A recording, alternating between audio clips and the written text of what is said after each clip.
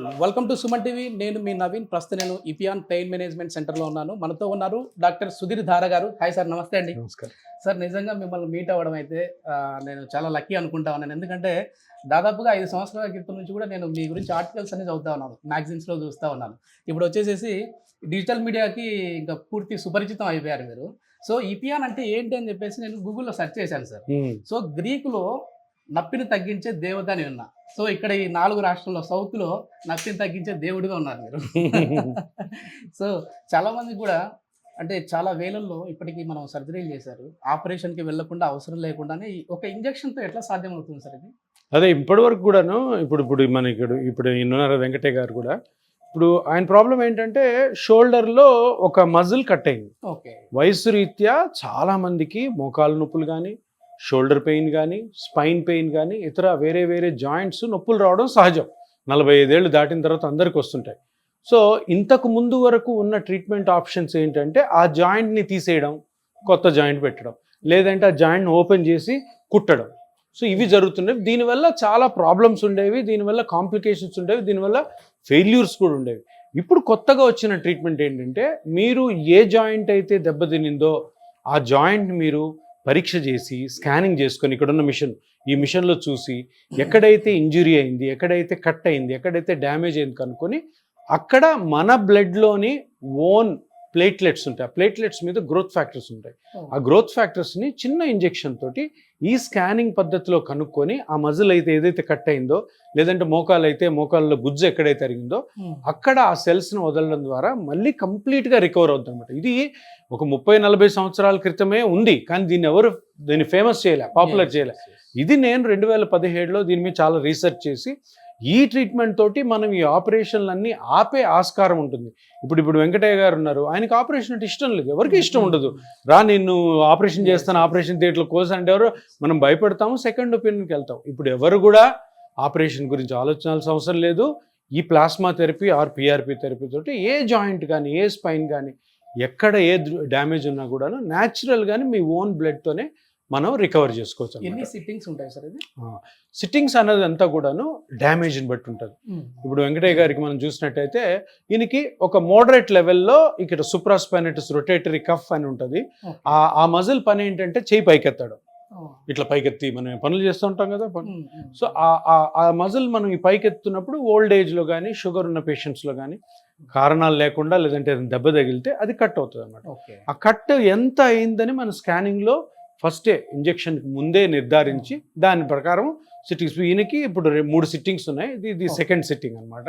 So ఈ second సిట్టింగ్లో మనము ఆయన బ్లడ్లోని సెల్స్ని తీసుకున్నాం ఆల్రెడీ. ఆ సెల్స్ని ఇప్పుడు మనం ఇక్కడ ఇంజెక్ట్ చేయబోతున్నాం అన్నమాట. సో ఇంజెక్ట్ చేసిన తర్వాత అందరూ ఏమనుకుంటారంటే ఇంజెక్షన్ చేయగానే అంతా అయిపోతుంది, నేను వెళ్ళిపోయి మళ్ళీ పనులు చేసుకోవడం కాదు, చాలా జాగ్రత్తలు ఉంటాయి. నా జాగ్రత్త ఏంటంటే ఇప్పుడు ఈయనకి ఇంజెక్షన్ చేసిన తర్వాత మళ్ళీ 15 రోజులకి పిలిచినప్పుడు మళ్ళీ స్కానింగ్ చేసి అది కరెక్ట్గానే అతుక్కుంటుందా, కరెక్ట్గానే అది స్ట్రెంగ్తన్ అవుతుందా లేదా అన్న విషయం మనం తప్పకుండా గమనించాలి. అది చూసి ఇప్పుడు వెంకటయ్య గారికి కూడా చెప్పాలని, చూసారా మీది ఇంత ఇంప్రూవ్ అయింది, ఇంకా ఇంప్రూవ్ అవ్వాలి. ఇదంతా స్లో ప్రాసెస్, అంటే టకామన్ మ్యాజిక్లా మంత్రంలాగా ఏం జరగదు. ఆ మజిల్ని మళ్ళీ ఇంప్రూవ్ చేసుకోవాలి. ఇంప్రూవ్ చేసుకోవడం కొన్ని చిన్న తప్పులు కూడా పేషెంట్స్ చేస్తుంటారు, అది మళ్ళీ కరెక్షన్ చేసుకోవాలి. మనం కరెక్షన్ చేసుకొని అట్లాగా ఎంత మటుకు అయితే దెబ్బతినిందా ఆ మజిల్ అన్ని సిట్టింగ్స్ ఉంటాయి. ఒకటి సింగిల్ సిట్టింగ్లో అవచ్చు, ఒక 2 అవ్వచ్చు, 3 అవ్వచ్చు, 4 అవ్వచ్చు అనమాట. సార్, చాలా వరకు కూడా పిఆర్పి ట్రీట్మెంట్ చేసే వాళ్ళ సంఖ్య పెరిగిపోయింది. ఎందుకంటే మీ శిష్యులే చాలా మంది ఉన్నారు, వేల సంఖ్యలో. సో వేరే చోటికి మనకున్న డిఫరెన్స్ ఏంటి సార్? అంటే ఒకటి ఏంటంటే ఇప్పుడు ఒక మంచి పని స్టార్ట్ చేసినప్పుడు మనల్ని ఫాలో అవుతారు చాలా మంది, కానీ ఒకటి మీరు గమనించాల్సిందంటే అన్ని చోట్ల కరెక్ట్గా ట్రీట్మెంట్ జరుగుతుందని మనము చూసుకోవాలి ముందే. అంటే అక్కడ కరెక్ట్ ఆ డాక్టర్ గారికి ఎక్స్పీరియన్స్ ఉందా, అక్కడ ఎక్కువ కేసెస్ జరుగుతున్నాయా, అక్కడ సక్సెస్ రేట్ ఉందా లేదా, అక్కడ ఫాలోఅప్ బాగుందా, వాళ్ళు ఇట్లాంటి మిషన్స్ చూస్ చేస్తున్నారా, ఆపరేషన్ థియేటర్లో చేస్తున్నారా, ఎంత ఎక్స్పీరియన్స్ ఉంది, ఎంతమంది పేషెంట్స్ బాగా అయ్యారు, ఆ ఇన్ఫ్రాస్ట్రక్చర్ బాగుందా లేదా అన్ని గమనించేసేస్తుంది. ఎందుకంటే ఇప్పుడు ప్రతి ఊర్లో కూడా స్టార్ట్ అయ్యి ఎక్కడైనా మీరు సరైన ఎక్స్పీరియన్స్ లేని డాక్టర్ దగ్గర, సరైన సిస్టమ్ లేని హాస్పిటల్లో చేయించుకుని మీకు మంచి జరగకపోగా చెడు జరిగే అవకాశాలు కూడా ఉంటాయి. అందుకని ఎప్పుడు కూడా selection of the doctor, selection of the hospital అనేది చాలా చాలా ఇంపార్టెంట్. నేను ప్రతి ఇంటర్వ్యూలో చెప్తుంటాను, మనం ఇది హెల్త్కి సంబంధించింది. మనం ఏదో ఒక సబ్బు కొనుక్కోవడము లేదంటే మనం ఏదో ఫేస్ క్రీమ్ కొనుక్కోవడము కాదు. సో మనం ఎప్పుడు కూడా హెల్త్ గురించి ఏదన్నా ప్రొసీజర్ చేయించుకోవాలనుకున్నప్పుడు చాలా చాలా జాగ్రత్తగా ఉండాలి. ఒక 4-5 అడగాలి. అడిగిన తర్వాత ఆ డాక్టర్ గారిని కలిసినప్పుడు మీకు కూడా కాన్ఫిడెన్స్ రావాలి. ఓకే, ఈ డాక్టర్ గారు చేయగలరు, ఈయన దగ్గర అంత ఎక్స్పీరియన్స్ ఉంది అని నమ్మి అటువంటి ప్లేసెస్లో చేసుకోండి. ఏదో మా ఇంటి దగ్గర ఉంది, మా వీధిలో ఉంది, మా హాస్పిటల్లో 2 ఉన్నాయి, వాళ్ళు కూడా చేస్తున్నారు కదా అని దీన్ని చేయడం వల్ల మీకు చెడు జరగచ్చు. ప్లస్ ఆల్సో ఈ ట్రీట్మెంట్ మీద నమ్మకం పోతుంది జనాలు. అందుకని చాలా జాగ్రత్తగా ఉండాలి.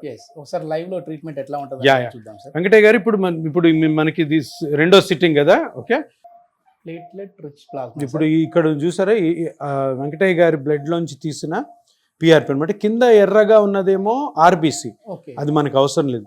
పైన ఎల్లోగా ఉంది చూడు, ఎల్లోది కూడా అవసరం లేదు. ఎల్లోకి రెడ్కి మధ్యలో ఉంది చూసారా, అది అనమాట పిఆర్పి. ఇప్పుడు దాన్ని నేను పికప్ చేస్తాను. అలా నీడిల్ అక్కడ వరకు పోయి. సో ఇప్పుడు ఇది వెంకటయ్య గారి బ్లడ్లోంచి తీసిన పిఆర్పి అనమాట, ఆర్ ప్లాస్మా అనొచ్చు, గ్రోత్ ఫ్యాక్టర్ థెరపీ కూడా అనొచ్చు. సో ఇది ఇప్పుడు ఎక్కడైతే ఆయన మజిల్, నేను ఒకటి చెప్పాను సుప్రాస్పైనైటిస్ అని, రొటేటరీ కఫ్ అని, ఆ మజిల్ ఎక్కడైతే బ్రేక్ అయిందో అది చూపిస్తాను మీకు. అక్కడ దీన్ని రిలీజ్ చేయాలి. ఎక్కడంటే అక్కడ రిలీజ్ చేశారనుకో వేస్ట్ అయిపోతుంది. తప్పకుండా ఈ గ్రోత్ ఫ్యాక్టర్ కణాలు ఆ మజిల్ కట్ అయిన చోటే రిలీజ్ చేయాలా. అది చాలా చాలా కీలకం. దానికి సంబంధించిన మెషిన్స్ ఇక్కడ చూడండి, దీన్ని సోనోసైట్ పిఎక్స్ మెషిన్ అంటారు. ఇది మన ఇండియాలోనే ఫస్ట్ టైం వచ్చింది. ఇప్పటి వరకు వేరే హాస్పిటల్స్ ఎక్కడ లేదు. చాలా కాస్ట్ మిషన్. ఎందుకు అంటే ఈ మిషన్లో ఆ మజిల్ ఎక్కడ కట్ అయిందో కరెక్ట్ ప్లేస్ మనకు చూపిస్తుంది. సో ఎక్కడంటే అక్కడ వేయకూడదు, కరెక్ట్గా అక్కడే వేయాలి. దీంట్లో కొన్ని లక్షల కణాలు ఉంటాయి. ఈ కణాలన్నీ వేస్ట్ కాకూడదు. ఇది నార్మల్ మజిల్ దగ్గర పడితే మొత్తం వేస్ట్ అవుతుంది. అందుకని ఏ విధమైన సైడ్ ఎఫెక్ట్ లేకుండా ఈ బ్లడ్లోని కణాలు ఆ క్రాక్ అయిన పార్ట్లో రిలీజ్ చేయడం మీకు చూపిస్తాను. మీరు ఇప్పుడు చూస్తున్నారా మజిల్ అక్కడ కొంచెం కొంచెం బ్లాక్గా కొంచెం కొంచెం వైట్గా కనపడుతుంది చూసారా, ఆ బ్లాక్ పార్ట్ కట్ అయిన పార్ట్ అనమాట. ఫ్రీజ్ చూపించు, నల్లది బ్లాక్ పార్ట్ కింద కింద కింద అది నల్లది. పైన వైట్గా ఉంచండి, అది నార్మల్ అనమాట. ఎక్కడైతే బ్లాక్గా ఉందో అది మన క్రాక్ అయిన పార్ట్ అనమాట. ఇప్పుడు మన సెల్స్ కరెక్ట్గా ఆ బ్లాక్గా ఉన్న సర్ఫేస్ మీద మట్టుకే వదలాలన్నమాట.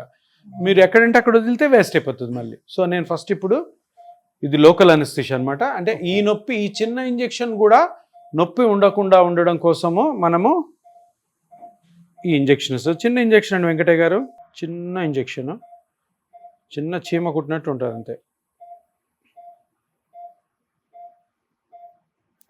చూసారు అక్కడ తెల్లగా కనపడుతుంది వెంకటయ్య గారు, అదే సూది. చూడండి అంతా మనము ఎక్కడైతే ఇవ్వాలో ఆ మిషన్ మొత్తం మనకు చెప్తా ఉంటుంది. బ్లైండ్గా ఇచ్చేది కాదు ఇది.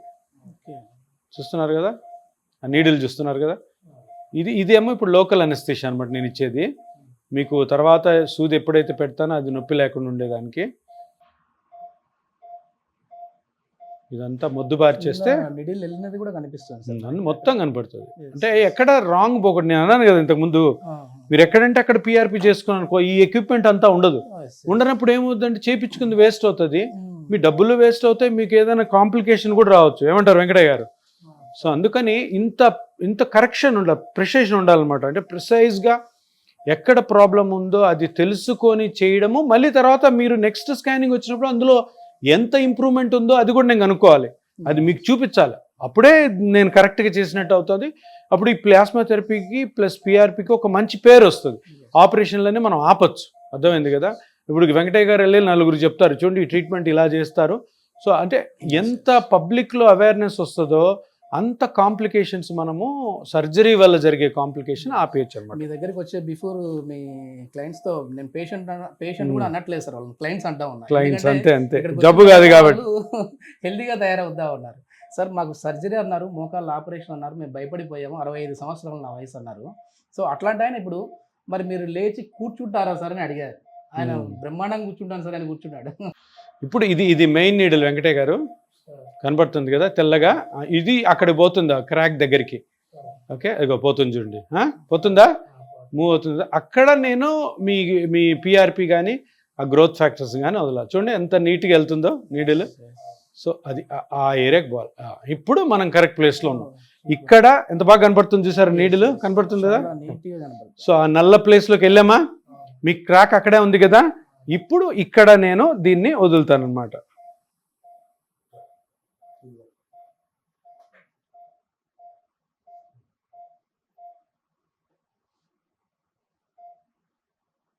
ఇది మీ పిఆర్పి.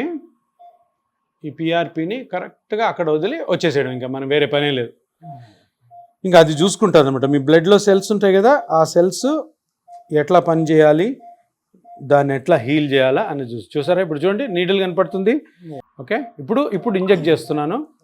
చూసారా కదులుతుంది, చూడండి ఇంజెక్ట్ చేస్తుంటే కదులుతుంది. అది లావ్ అవుతుంది అంటే అక్కడికి మన గ్రోత్ ఫ్యాక్టర్స్ అన్నీ రిలీజ్ అవుతున్నాయి అనమాట. చూడు నీడిల్ కలుపుతున్నాను. సో అదంతా స్ప్రెడ్ చేపిస్తున్నాను అక్కడ. చూసారా టిష్యూ కూడా కలుగుతుంది. మీకు ఏం నొప్పి లేదు కదా? ఏముండదు, మీకు మత్తు ఇచ్చేసాను కదా. ఎంత చిన్న సూది కాబట్టి మీకు ఏం తెలియదు. సో ఈ నెక్స్ట్ టైం వచ్చినప్పుడు ఈ ఇంజెక్షన్ ఏదైతే చేశానో దాని ఎఫెక్ట్ ఈ స్కానింగ్లో తెలుస్తుంది అనమాట. పిఆర్పి ఆ లిక్విడ్ వెళ్ళేది కూడా కనిపిస్తుంది సార్ మొత్తం. అంటే మరి అదే కదా ఇంపార్టెంట్. ఆ టెక్నిక్ అందరికి రాదు. అప్పుడు ఏమవుద్దంటే ఎక్కడంటే అక్కడ వదిలేస్తారు. కరెక్ట్ సమాధానం ఇప్పుడు దొరికింది అనుకుంటా ఉన్నాను సార్ నాకు. అంటే బయట వేరే పిఆర్పి సెంటర్లు ఉన్నాయి కదా, అక్కడికి ఇక్కడికి డిఫరెన్స్ అంటే తెలుస్తా ఉంది. ఎక్స్పీరియన్స్ ఏంటంటే ప్రతిరోజు నేర్చుకుంటా ఉంటాం. డాక్టర్లు అన్నాక నాకు మొత్తం తెలిసేసని ఎవరు అనుకోకూడదు. ప్రతిరోజు నేర్చుకోవాలా. ఇప్పుడు వెంకటయ్య గారికి ఓవరాల్గా ఆయన నన్ను నమ్మి వచ్చినందుకు నేను ఆయనకు మంచి చేయాలంటే నేను రోజు చదవాలి, రోజు నేర్చుకోవాలి. నేను పేషెంట్స్ మీద నేర్చుకోవాలి. పేషెంట్స్తో ఇప్పుడు ఈరోజు చేస్తాను, వెంకటయ్య గారికి నొప్పి కొంచెం తగ్గలేదు ఏంటన్నది నేను మళ్ళీ దాని మీద రీసెర్చ్ చేయాలన్నమాట. సో అట్లాగా సార్ కొద్దిమంది నాకు తెలిసిన వాళ్ళను నేను అడిగినప్పుడు పిఆర్పికి వెళ్ళినప్పుడు పిఆర్పి ఎందుకు మళ్ళీ అది ఇన్సూరెన్స్ ఉండదేమో, మనకు సర్జరీ అయితే ఇన్సూరెన్స్ అయిపోద్ది కదా అని అనుకుంటా ఉంటారు. మనకి ఇన్సూరెన్స్ కవరేజ్ ఉందా సార్? ఫస్ట్ ఆఫ్ ఆల్ ఒక విషయం చెప్తాను, అందరు గుర్తుపెట్టుకోండి. హెల్త్కి సంబంధించిన ఏ ట్రీట్మెంట్ అయినా డబ్బులతో ముడిపెట్టకండి. అంటే ఇన్సూరెన్స్ ఉందని చెప్పి ఆ పెద్ద పెద్ద ఆపరేషన్లకు వెళ్ళడం వల్ల మీకు చెడు జరిగే అవకాశాలు ఉంటాయి. సో న్యాచురల్గా జరిగే ట్రీట్మెంట్లను తీసుకోవడం ఇప్పుడు చాలా మంచిది అనమాట. అందుకనే ఇన్సూరెన్స్ ఉందా లేదా అన్నకంటే మనం ఏ ట్రీట్మెంట్ సేఫ్, ఏ ట్రీట్మెంట్ ఎఫెక్టివ్ అని మనం ఫస్ట్ కనుక్కోవాలి. దాని తర్వాత మీరు అడిగిన ఇన్సూరెన్స్ మనం ట్రై చేసాం. దగ్గర 10-15 కంపెనీలు ఇన్సూరెన్స్ మనకి తెచ్చుకోగలిగాం మన హాస్పిటల్కి క్యాష్లెస్. కొన్నిటికి రాదు, రాని వాటికి రీఎంబర్స్మెంట్ చేస్తాం. ఇన్సూరెన్స్ ఉంది 10-15 ప్రైవేట్ ఇన్సూరెన్సెస్ ఉంది. సో అది అవైల్ చేసుకోవచ్చు మనం. లేని వాటికి మనము ఇది రీఎంబర్స్మెంట్ పెట్టుకోవచ్చు. బాగున్నారు కదా, ఏమి ఇబ్బంది లేదు కదా. మొత్తానికి పిఆర్పి థెరపీ చూసారు కదా అంతా. పిఆర్పి థెరపీకి బాగుంటుంది, ఇంకా బాగుంటుంది. Very good. మీరు ఫస్ట్ టైం ఎప్పుడు వచ్చారండి? అంటే మామూలుగా ఇది ఎన్నో సిట్టింగ్? 16వ తారీఖు వచ్చిందండి. ఓకే, పోయిన నెలలో 16వ తారీఖు వచ్చినప్పుడు కొంచెం నాకు హార్ట్ బాపత కూడా కొంచెం ఆయాసం ఉండేది. అది కూడా చాలా మట్టుకు తగ్గింది. Very good. అంతకుముందు పంపింగ్ తక్కువ ఉండే గుండెకి, పంపింగ్ కూడా పెరిగింది ఇప్పుడు. Very good.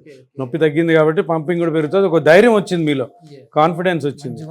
గుడ్ గుడ్, బాగున్నారు. ఓకే బాబాయ్, మీరు ఎవరికైనా రెఫర్ చేస్తారా? అంటే సర్జరీ వరకు అవసరం లేకుండా పిఆర్పి బాగుంటుందని చెప్తా మా మిత్రులు చాలా మంది ఉన్నారు, ఒక 5-6. ఇట్లాంటిదే కాకుండా తొంటికి ఎన్నుపోసు దగ్గర. ఇప్పుడు వెంకటయ్య గారు ఇక్కడికి రావడం వల్ల ఆయనకి అన్ని కూడా తెలిసి తుంటికి తర్వాత వెన్నుపూసకు కూడా చేస్తారని. సో అట్లాగా ఒకరి నుంచి ఒకరికి ఇది సింపుల్ చిన్న ఇంజెక్షన్తో చేసేది కాబట్టి జనాలు నచ్చుతుంది. పబ్లిక్ డిమాండ్ ఇప్పుడు ఆపరేషన్ మాకొద్దు, మాకు ఇదే కావాలని ఆ డాక్టర్స్, ఆర్థో డాక్టర్స్ని కూడా అడుగుతుంటే వాళ్ళు కూడా ఆర్థో డాక్టర్స్ అరే కరెక్టే కదా, అంత పెద్ద ఆపరేషన్ చేసి ఎందుకు వాళ్ళని ఇది చేయాలా? దీని గురించి ఏజ్కి పోదాం. మా ఫ్రెండ్ ఒక ఆర్థోపెడిక్ ఉండి ఆయన కాడికి వెళ్ళా, ఆయన ఎక్సర్సైజ్ చేయండి అని ఎక్సర్సైజ్ చెప్పిండు. దానివల్ల ఉపయోగం అనిపించలే నాకు. సర్జరీ ఏమైనా చెప్పారా బాబాయ్ మీకు? సర్జరీ చెప్పలేదు, ఎక్సర్సైజ్ చేయండి అన్నాడు. కానీ ఎన్ని రోజులు చేసినా లైవ్ లో చూసి డాక్టర్ గారు చెప్తుంటే ఈయన వచ్చా.